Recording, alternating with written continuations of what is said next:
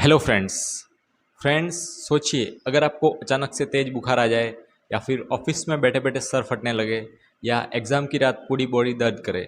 ऐसे टाइम में आपके दिमाग में सबसे पहले क्या नाम आता है? जी हाँ, पैरासीटामोल। हर घर की अलमारी में रखी ये छोटी सी गोली आपके बुखार, हेडेक और बॉडी पेन का सबसे आसान सॉल्यूशन बन चुकी है। लेकिन क्या आप जानते हो, इस सिंपल सी गोली को अगर गलत तरीके से यूज़ किया जाए तो ये लीवर को भी ख़त्म कर सकती है। नमस्कार दोस्तों, माई सेल्फ विपुल और आप देख रहे हैं विपुल हेल्थ डिकोड। यहाँ हम हेल्थ और मेडिसिन से जुड़ी हर छोटी से बड़ी बात को डिकोड करते हैं सिंपल हिंदी में, ताकि आप अपनी हेल्थ के लिए इन्फॉर्म डिसीजन ले पाओ। आज की इस वीडियो में हम बात करेंगे इंडिया की सबसे ज़्यादा यूज़ होने वाली टैबलेट पैरासीटामोल, जो मार्केट में क्रोसिन, कालपोल और डोलो 650 के नाम से मेनली मिलती है। बात करते हैं कि पैरासीटामोल है क्या। तो दोस्तों, सिंपल शब्दों में पैरासीटामोल एक पेन किलर और फीवर रिड्यूसर है। मेडिकल भाषा में इसे एनाल्जेसिक, पेन रिलीवर और एंटीपायरेटिक यानी कि फीवर रिड्यूसर भी बोल सकते हैं। आपने देखा होगा, घर में जब भी किसी को बुखार आता है पेरेंट्स तुरंत कहते हैं क्रोसिन दे दो, या फिर आजकल फेमस नाम चल रहा है डोलो 650। अब बात करते हैं कि पैरासीटामोल का यूज़ क्या है। तो पैरासीटामोल मेनली बुखार कम करने के लिए, दूसरा हेडेक में, तीसरा बॉडी पेन में और जॉइंट पेन रिलीफ में यूज़ की जाती है। कभी कभी डेंटिस्ट भी प्रिस्क्राइब करते हैं दांत के दर्द के लिए भी। और सबसे बड़ी बात, ये ओवर द काउंटर मेडिसिन है, मतलब डॉक्टर के बिना भी मेडिकल स्टोर से आपको इजीली कभी भी मिल जाएगी। अब बात करते हैं दोस्तों कि ये काम कैसे करती है शरीर के अंदर, अपनी बॉडी में ये मेडिसिन कैसे काम करती है। तो सिंपल लैंग्वेज में देखें तो हमारे ब्रेन के अंदर एक सेंटर होता है जिसका नाम है हाइपोथैलेमस, जो अपने बॉडी का थर्मोस्टेट है, मतलब बॉडी के टेम्परेचर को कंट्रोल करता है। तो अपने को जब भी बुखार होता है तो ये थर्मोस्टेट हाई हो जाता है, मतलब पैरासीटामोल उस सेंटर पर जाकर बॉडी के टेम्परेचर को वापस नॉर्मल करती है। और पेन रिलीफ के लिए ये हमारे नर्वस सिस्टम में कुछ पेन सिग्नल्स को ब्लॉक करती है, जिससे कि अपने को दर्द कम फील होता है। अब इम्पोर्टेंट बात यह है कि पैरासीटामोल के पास कोई एंटी इन्फ्लामेटरी इफेक्ट तो नहीं होता है, मतलब अगर आपको स्वेलिंग है तो उसके लिए ये काम नहीं करेगी। मतलब आपको कोई सूजन वगैरह आई हुई है तो वहाँ पे ये टैबलेट काम नहीं करती है, वहाँ पे आपको आइबुप्रोफेन या फिर एस्पिरिन वगैरह लेनी पड़ेगी। अब बात करते हैं इसके करेक्ट डोज के बारे में। तो दोस्तों, क्योंकि हर मेडिसिन का फ़ायदा भी डोज पे डिपेंड करता है और नुकसान भी, तो इसका भी फ़ायदा और नुकसान दोनों डोज पे डिपेंड करता है।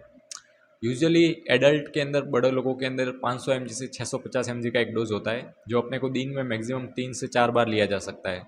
लेकिन अगर 24 घंटे में 4000 mg से ज़्यादा नहीं लिया जा सकता, वो फिर एक रिस्क हो जाता है।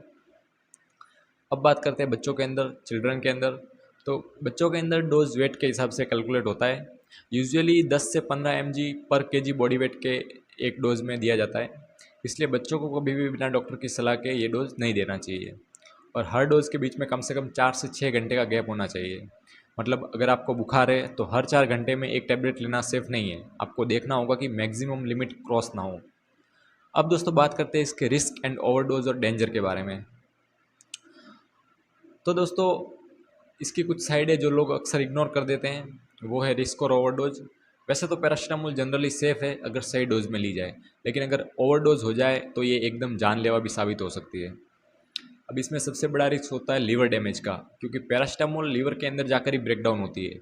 अगर ज़्यादा क्वांटिटी में ले ली तो फिर ये क्या है, लीवर के सेल्स को ख़त्म ही करने लगती है। अब इसके बात करते हैं कुछ सिम्टम्स और ओवरडोज के बारे में।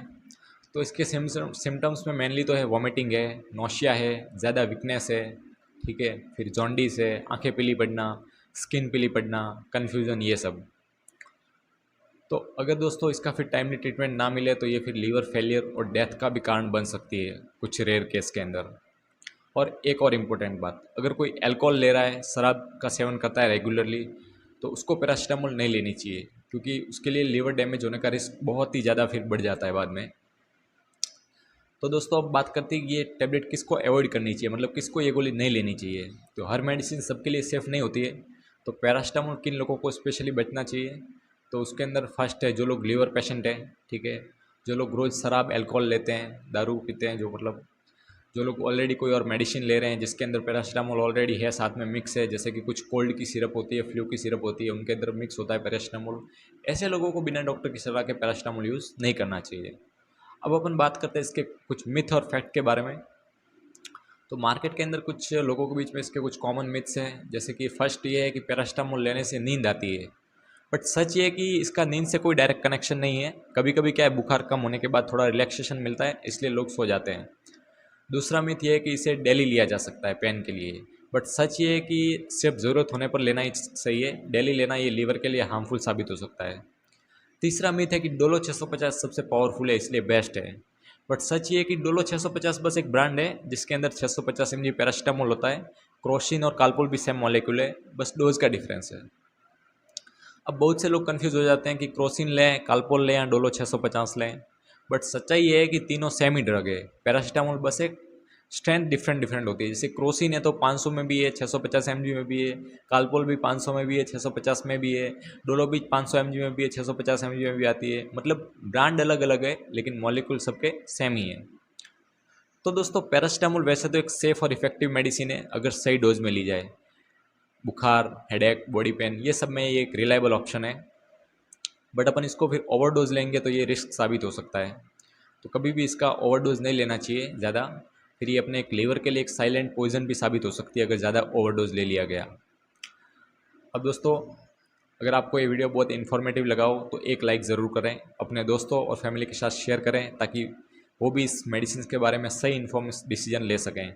और हाँ, हेल्थ से जुड़ी हर छोटी से बड़ी जानकारी के लिए अपने चैनल विपुल हेल्थ डिकोड को सब्सक्राइब करना ना भूलें। मिलते हैं नेक्स्ट वीडियो में एक नए हेल्थ डिकोड के साथ।